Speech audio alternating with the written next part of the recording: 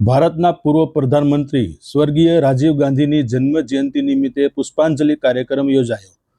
ભારતના પૂર્વ પ્રધાનમંત્રી સ્વર્ગીય રાજીવ ગાંધીની જન્મ જયંતિ નિમિત્તે પુષ્પાંજલિ કાર્યક્રમ ભાવનગર શહેર કોંગ્રેસ સમિતિના કાર્યાલય ખાતે યોજાયો હતો. જોગર્સ પાર્ક ખાતે યોજાયેલ આ કાર્યક્રમમાં શહેર કોંગ્રેસ પ્રમુખ હિતેશભાઈ વ્યાસ, વિરોધ પક્ષના નેતા ભરતભાઈ બુધેલિયા, ભાવનગર શહેર કોંગ્રેસ સમિતિના હોદ્દેદારો, આગેવાનો, કોર્પોરેટર, મહિલા કોંગ્રેસ, યુથ કોંગ્રેસ, NSUI તેમજ વિવિધ સેલના હોદ્દેદારો હાજર રહ્યા હતા.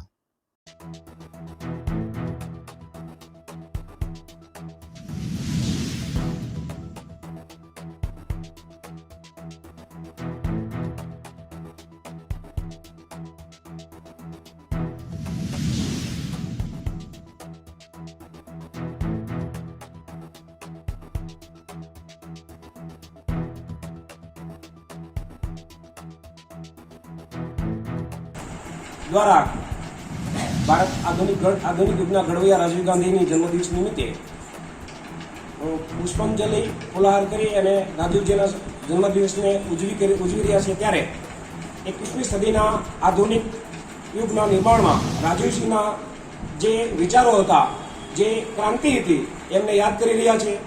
મહિલાઓની અંદર 33% અનામત આપી, એવી જ રીતે 21 વર્ષની અંદર 21 વર્ષનો મતદાન થઈ શકતો તો યુવાન આજે 18 વર્ષની ઉંમરે મતદાન કરી શકે છે. ત્યારે આધુનિક યુગની સાથોસાથ મહિલા ક્રાંતિ, યુવાન ક્રાંતિ, આવા આધુનિક મહામાનવ રાજીવજીને જન્મદિવસની શુભેચ્છા આપતા આનંદ થાય છે કે માત્ર એક દેશ પૂરતી નહીં પણ સમગ્ર વિશ્વની અંદર એમના નામથી લોકો ઓળખી રહ્યા છે. અને સાંસદ સભાની અંદર એક પણ પૈસાનો વ્યર્થ ઉપયોગ કર્યા વિના 400 સીટ કરતાં વધારે સીટ લાવી અને સંસદની અંદર પણ આ એ રેકોર્ડ અણનમ છે, કોઈ તોડી શક્યું નથી.